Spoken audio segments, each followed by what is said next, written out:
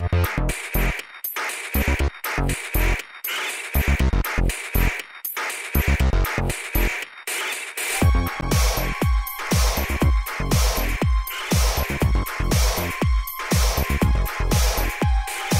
what's up? You're watching GearWire.com. I'm Wymond Miles. We're at the 2011 Pitchfork Music Festival with Wymond Miles from the Fresh Onlys. How's it going? Hi, great. How you doing with the heat? I'm here. That's good. So I want to talk about sort of your gear, but first off, like the general sort of tone of the band, because the band's got a very like sort of atmospheric feel, especially for sort of, you know, almost punky sounding, like garagey rock kind of sounding music. So is that something that sort of happened in the studio and then was kind of, you tried to recreate it live, or vice versa?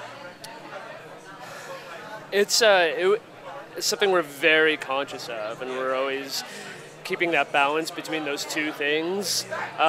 You know, obviously it's maybe a bit of our setting in San Francisco, you know, whatever it might be, the fog and just the whole place. It's like it has a heavy atmosphere to it. So yeah, we always want that driving propulsion, but to let things like happen, kind of drift on top of that, you know, at the same time. So records, I think we're getting better at creating how it sounds live. You know, I think we had more of that dynamic pull live, and then have begun to bring that into the studio when we record. I think there was a certain murkiness on the records just via how we recorded things, you know, that came across. But yeah, live is more, I think, where it takes people, you know. And you did the records. I was reading a little bit about how there's this kind of scene, almost like a recording scene centered around the Tascam 388. It's almost this like fetish item. Yeah. Is that what the most recent album was recorded, or the EP, right? You just released an EP? Yeah. We just did the EP on the 388, but that was the first one that we did exclusively at my house. Okay. The previous records, Gray-Eyed Girls, the EP, August in My Mind, and the self-titled on Castle Face were all done between Tim's. Usually the track would start at Tim's house, the tree house, and then we'd bring some things and do it over at mine. So yeah, the new EP was we did the whole thing, top to bottom, at my house. And the 388, it was, I worked at Amoeba with Shade and Tim, and I just moved there from Colorado, and it just came up in conversation. We're like, oh, you know, I just bought one of these in Colorado. It's great. And they're like, we just bought one too, you know. And so, yeah, it was a side, and it just became coincidence that everybody else is having to. Guy I admire a lot, Glenn Donaldson, had one from Sky Green Leopards, and yeah, the OCs, John had one, Sick Alps were doing records on them, so it just, yeah, it was more of a coincidence, and it was exciting. You know, so you have your own, you're recording like at your house now with one? Yeah. So what's been your experience like? Did you have recording experience before getting this machine, or are you just getting into recording now? No. I've been recording for a while, maybe 6 years, you know, but yeah, now it's just that machine really gets, you get to learn things, start using your ears. You know, I was doing Pro Tools and everything for a while, but then, yeah, I was helping friends' bands record back in Colorado. But yeah, it was once in San Francisco, you just start using your ears and how the layout is. It's a machine that inspires creativity. It gets you working in a fast, immediate way.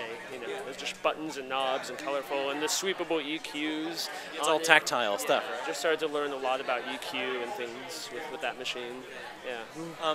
Do you find it's difficult to find tape for that machine? It's 1/4 inch, right? Yeah. We have a secret spot. I can't even unveil, but we have a... That's not fair. We know a guy in San Francisco. His name is eBay. No, it's actually... This is a great segment that Sub Pop did with Kelly Stoltz, and the secret is revealed there, but I'll let people look that up. We'll do a little research. Cool, I want to talk about your rig. What are you playing through live with this band? So my baby is an old, it's a '64 Jaguar that I use, and it was my friend's dad's guitar, you know, and so it's got Yeah, I love that thing.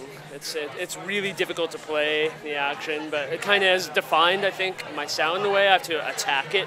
I have to like dig in. I can't glide across the neck or anything with it.